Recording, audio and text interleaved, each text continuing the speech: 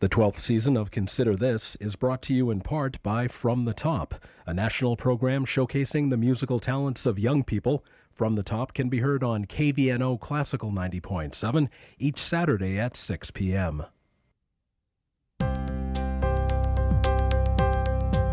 Consider This, a program of issues and information behind today's news. Once again, from the campus of the University of Nebraska at Omaha, here is your host, Kathy Wyatt. You're looking at a one-room schoolhouse where students of all ages and abilities used to come together. The sole teacher was usually an unmarried woman. All used the most basic of resources, slate, chalk, and a few books. That was then, and this is now. A much different place. Large systems of education govern our schools. Teachers must have specialized training and a college degree. Students are separated by grades, and the resources, well, they're a far cry from slate, chalk, and a few books. Hi everyone, welcome to this week's edition of Consider This. I'm Kathy Wyatt. Today's topic, education, then and now. Quite an amazing journey, and here to talk with us today about that are David Conway, who's the interim dean for the College of Education at UNO, Margie Reed Schmid, principal at Western Hills Elementary in Omaha, and Paige Berryman, a 6th grade ambassador at Western Hills Elementary. Welcome to all of you, and thank you so much for joining us today. Thank you. David, we're going to go ahead and start with you. Obviously, a lot of changes in the educational realm, probably far too many to go into on this show. But in addition to bricks and mortar, some of the more obvious, what other types of changes have we seen? Well, when you look inside school buildings, you see lots of changes. New technology, computers, laptops, smart boards, overhead projectors, iPods, which teachers and students have to know how to use most effectively to teach and to learn, which is a big, big change. You also see more in terms of other resources available, print materials, printers, scanners, access to the internet through the laptops and other computers. It's a very different world that the teachers and the students are in, even from 10 years ago. Absolutely, and a very expensive world that we're living in right now. Obviously, this money needs to come to us from somewhere. Talk to us about the funding for the school systems in this day and age. Okay, funding is very complex. Money comes from lots of different sources. There's federal money that comes to the state that is then given to the schools. There's state appropriations. There's local tax levies to generate money. There are grant opportunities for schools to generate additional funds. We're seeing more and more business partnerships with schools that help get funds for the schools. There are special entitlement programs through the federal government for lunch subsidies and other subsidies to work with students who are not achieving as well as others. So it comes from lots and lots of different sources. And listening to that response, I kind of get the idea that we have lots of money with which to work, but that's not always the case, and that's not always what we're reading about and seeing. Talk about that. That's very true. Unfortunately, educating children is a very expensive operation. And while it seems like we have lots of money coming in, there are lots of costs involved. Costs for salaries, costs for benefits, costs for equipment, costs for transportation, costs for specialized teaching for students with disabilities, for students whose first language of learning might not be English. So it takes a lot to run a school district. And in your opinion, where do we fall as a state in regards to the amount of funding that we receive? Are we really able to meet the needs of all the students and the educators, or where does our state fall in all of that? Well, if you look at some of the national statistics, Nebraska falls right around in the middle on a lot of things. On some things we might be below that middle level. On other things we might be a little bit above it. I think Nebraska offers excellent educational opportunities for the children throughout the state. But we also have issues related to large metropolitan areas versus a rural area. And what is the tax base? How do we generate funds to support schools in those very different types of areas? And it's not always equal across the state. Sure. And Margie, we've talked a lot about the bells and whistles that are associated with the school system. Talk to us about the heart of the schools, which really is the administration and the staff. They are truly what keep everything going. Right. Tell us what we're seeing right now. You know, as David mentioned, there are a lot of bells and whistles in education today, but the heart of education truly are the teachers and the students. And what we're seeing today, particularly at our school, at Western Hills Magnet Center, are teachers who are so committed to teaching, so committed to making a difference in the lives of children, that they are willing to spend their own time engaged in professional development so that they are constantly learning right alongside the students. And we talked earlier about technology. David mentioned technology, and it is moving so rapidly. Our teachers have to keep up with our students, and so we've been doing a lot of learning at Western Hills side by side with professors at UNO to help bring us up to speed. But again, you can have all the bells and whistles, you can have the most beautiful building, you can have every textbook in the world, you can have the best technology, but if you don't have a caring teacher who's going to make a difference, it doesn't matter. That's where it starts, is with the teacher. Absolutely. And Paige, you've been sitting there so patiently, and we've segued very well into you being a student yourself, 6th grade, correct? Yes. And I understand that you are an ambassador. Maybe we should start with that question. Tell us, what is an ambassador? An ambassador is a representative to your school that can recruit and get to be on these wonderful opportunities that can represent our school. Now talk to us a little bit about some of the opportunities that you've had. I know you've been able to get outside your school on a number of occasions. Where have you been and what have you been doing when you're out? A few weeks ago we have been in Acorn Acres, which is a grand opening in Neil Woods. We got to take tours and play there a lot. And that was probably pretty exciting, huh? Yes. Okay, and I understand you do some public speaking as well. Talk to us about that. Get up in front of groups of people and talk? Yeah. Do you do a little of that? Do you Yeah. like that? Yes. Okay, and school in general, Paige, I understand you like everything about school. There's nothing you don't like. Is this true? Yes, it is true. I like everything. What's your favorite subject? Math. Math, okay. Now, obviously, Margie, Paige is we won't say quite the exception to the rule, because there are a lot of students who are as enthusiastic and energetic about school as she is. But talk to us about kind of the student population that you've been seeing here recently, and kind of how that all falls in line with what Paige is talking about. Well, Paige does personify articulate and enthusiasm, and she is just one of our most articulate and enthusiastic ambassadors. And we have many stellar students like Paige at Western Hills. Western Hills is a neighborhood school, but it's also a magnet school. So the students who can come to Western Hills are students like Paige who live in the neighborhood. Paige has been coming to Western Hills since she was in 2nd grade. And that's about 2/3 of our population. And then about 1/3 of our population are our magnet students, and they come to us from Central Park, King, Druid Hill, and Skinner Elementary. And the purpose of that is to give us a real rich diversity within our school. And we are very rich in diversity. We're probably about 60% Caucasian, about 40% minority. And so it just gives us a great tapestry of students with which to work and to learn side by side from each other and with each other. Okay, and David, would you say that what she has just described is the average school per se in the state of Nebraska? Maybe average for the city of Omaha Okay. and the greater Omaha area, but probably not average for the whole state. Obviously, in a large metropolitan area, we have a lot more diversity in our student body than you might find in Table Rock or other small towns. And so what are we finding generally then across the state in the way of student populations, in your opinion?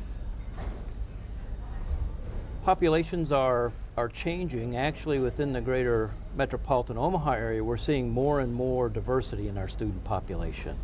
Across the state, there are certain areas in which diversity is becoming more prominent.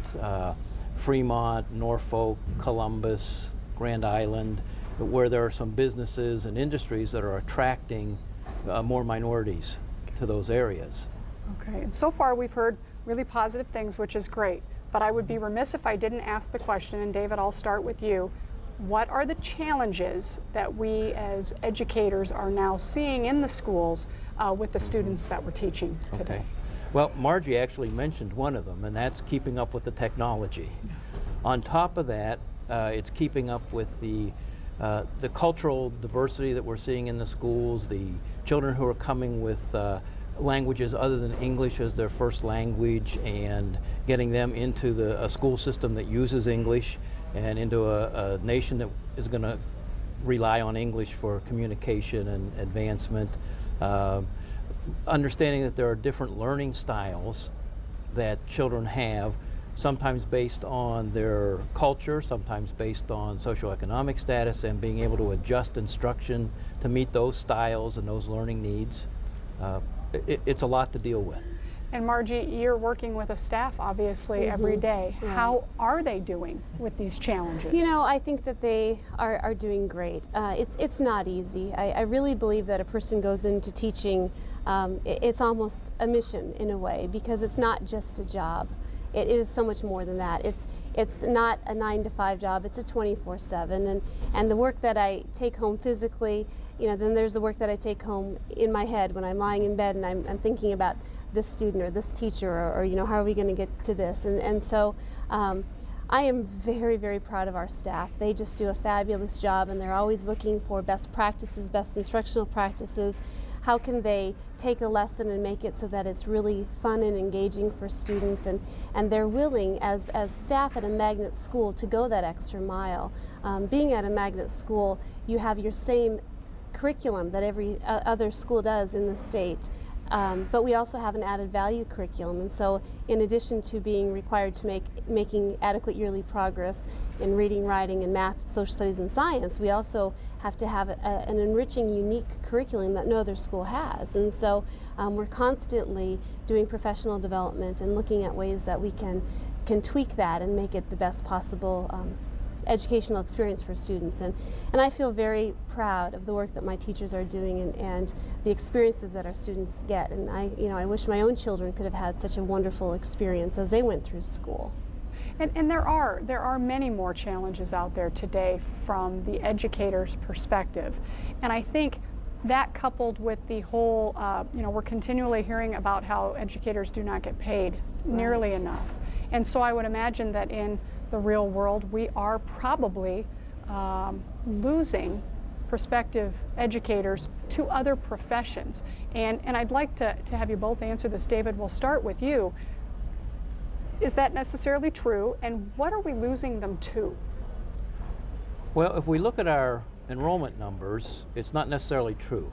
The number of people we have coming in who want to become teachers is staying pretty constant, but that could be a net loss in the long run, because we have more and more teachers retiring or even leaving the profession, so that there is a great demand for new teachers to keep coming into the profession. I think all people coming out of high school, coming out of college, have so many more opportunities now than they did before. So their business becomes attractive, finance, sales, computer, information technology. Before we started, I know Paige said she wants to become a veterinarian, so I think that's wonderful that they have so many new choices and additional choices to go to, but we also try to attract some of the best people to be teachers too. Absolutely. And Margie, what are you seeing that's being done to attract those particular individuals? And almost and equally as important is retaining them. Exactly. Right. What would your response be to that? As a principal at a university partnership, one of the things that's so wonderful for us is that we have university students in our building all the time. Between level 1 and level 2 field experience teachers, we have practicum teachers. We even have a room at Western Hills which is called the practicum room. And so we have a classroom where Dr. Kathy Danielson brings her reading and language arts students over, teaches her class there, and then they go into the classrooms and they get real world teaching experience. They teach our students and our teachers give them feedback.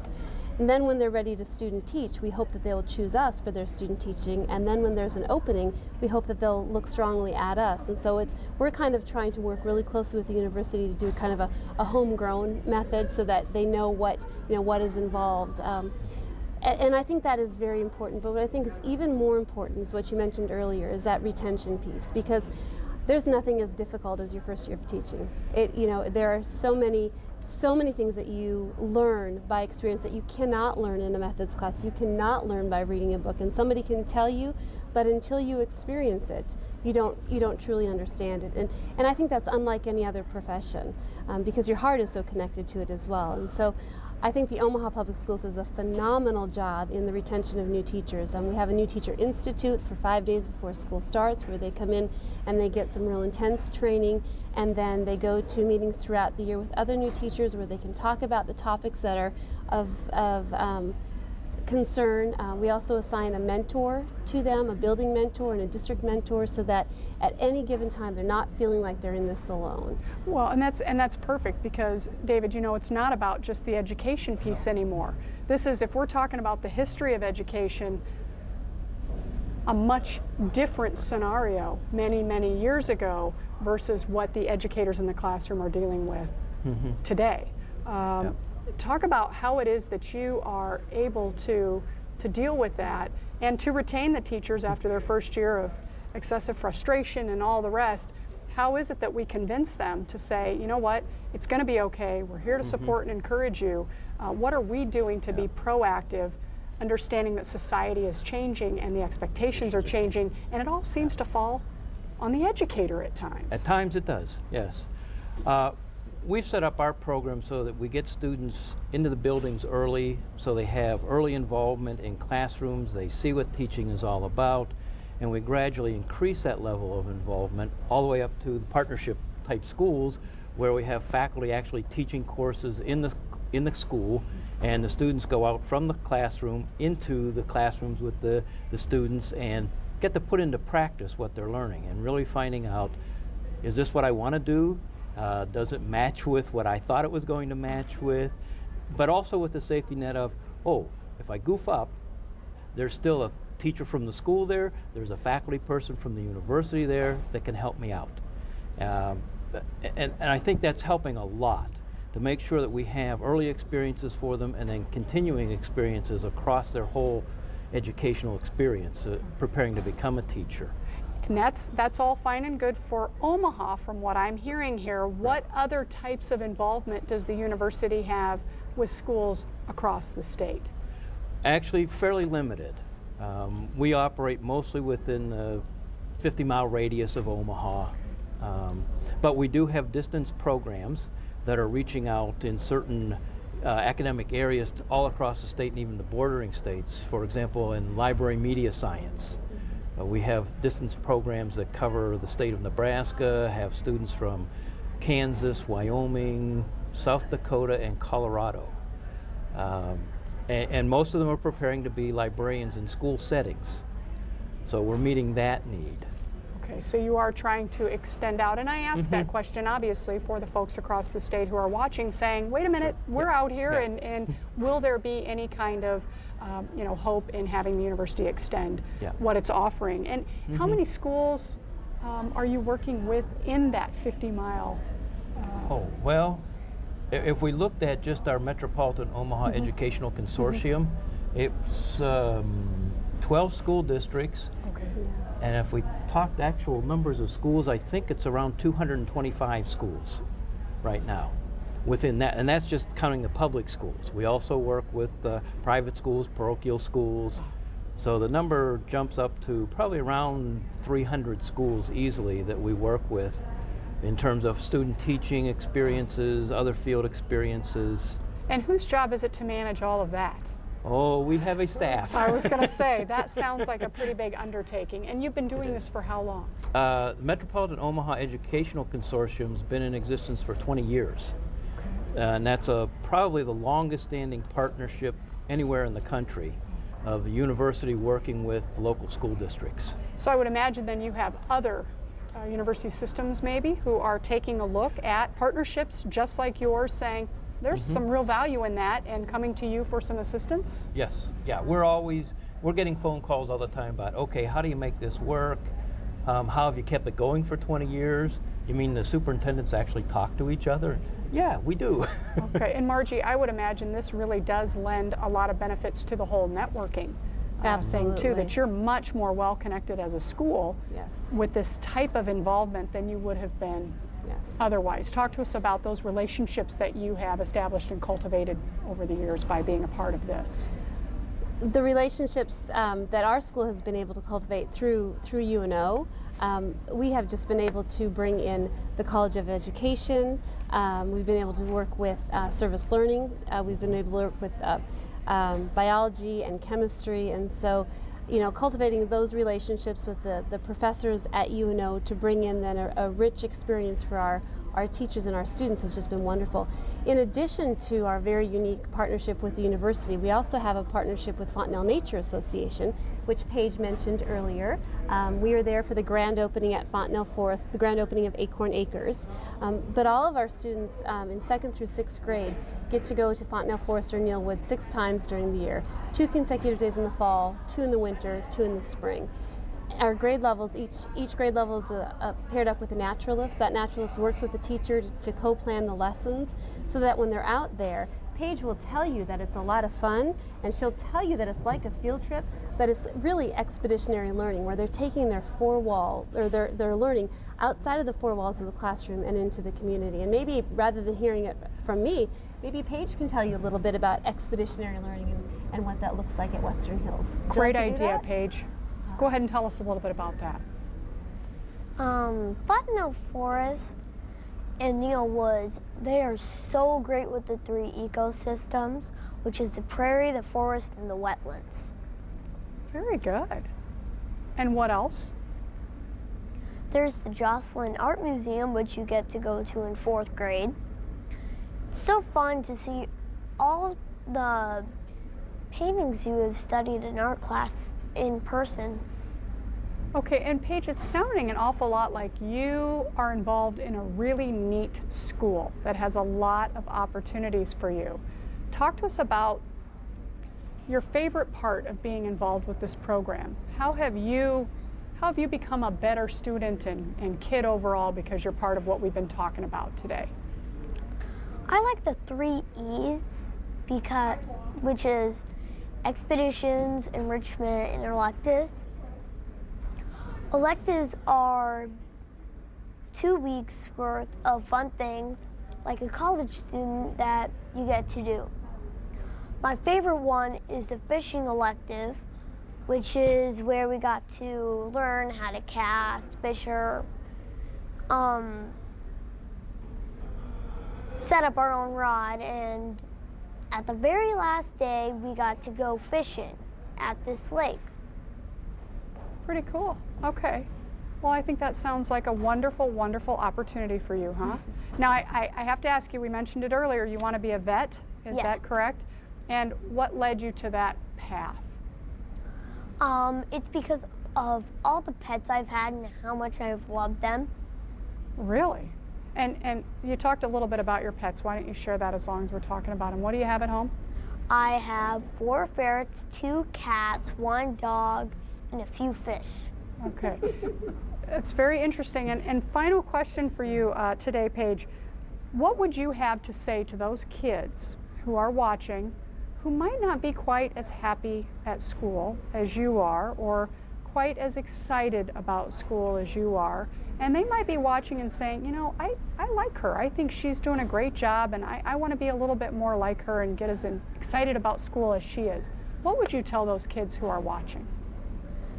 You just have to try your best in school, and if you're not doing so well, ask your teacher how you can improve, and then school will be a lot more fun to you. Okay, well, thank you for that advice. And David, we would be remiss, we've talked a little bit about the past, a little bit about the present. If you had a crystal ball, what would you say would be in the future for us from a school system, especially a state school system perspective? I think we're going to see things continue to grow and change. I think the population is going to continue to grow in the state. that's going to bring new people to the state. It'll bring new ideas. And I think education will continue to keep up with those changes. Okay, and Margie, I would like to ask you the same question. What do you see as the future of education? I think, as David said, that we're just going to continue to grow and change, and I think with that there will be new challenges, but I think that there will also be very unique learning opportunities. You know, I think about technology, and I think about just how fast that's changing, and how much information we're able to get and how quickly we're able to get that. And so I do see that changing from, you know, once upon a time when all of our resources were held there in books, and now a lot of them are at our fingertips. And so, you know, I'm excited about the future of education. I'm excited about, you know, what the future holds, and I've got to tell you, when I work with kids like Paige, I know that the future is in good hands, because there's people like Paige out there who are going to become productive citizens and taking care of us. And so I'm very excited about the future of education in Omaha, Nebraska. Well, and again, the students like Paige are obviously one of the biggest reasons we're doing as well as we're doing, but I'll go back to the educators briefly too.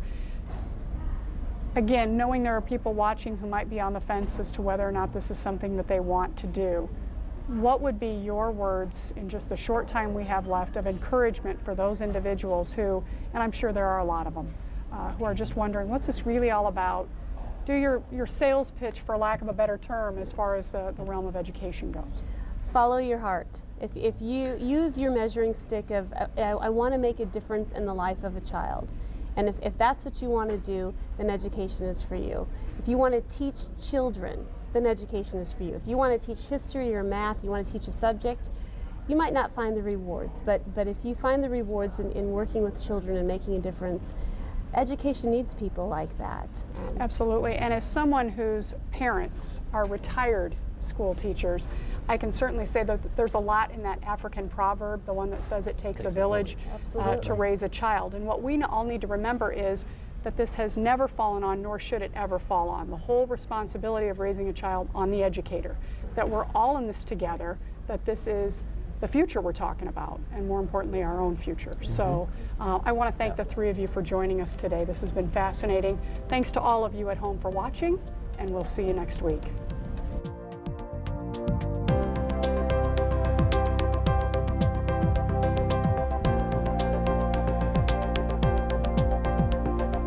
Consider This is an issues and information program produced by UNO Television. More information and program archives can be found at untv.unomaha.edu. If you'd like to share your comments about this show, call UNO TV at 402-554-2516 during regular business hours. The 12th season of Consider This is brought to you in part by From the Top, a national program showcasing the musical talents of young people. From the Top can be heard on KVNO Classical 90.7 each Saturday at 6 p.m.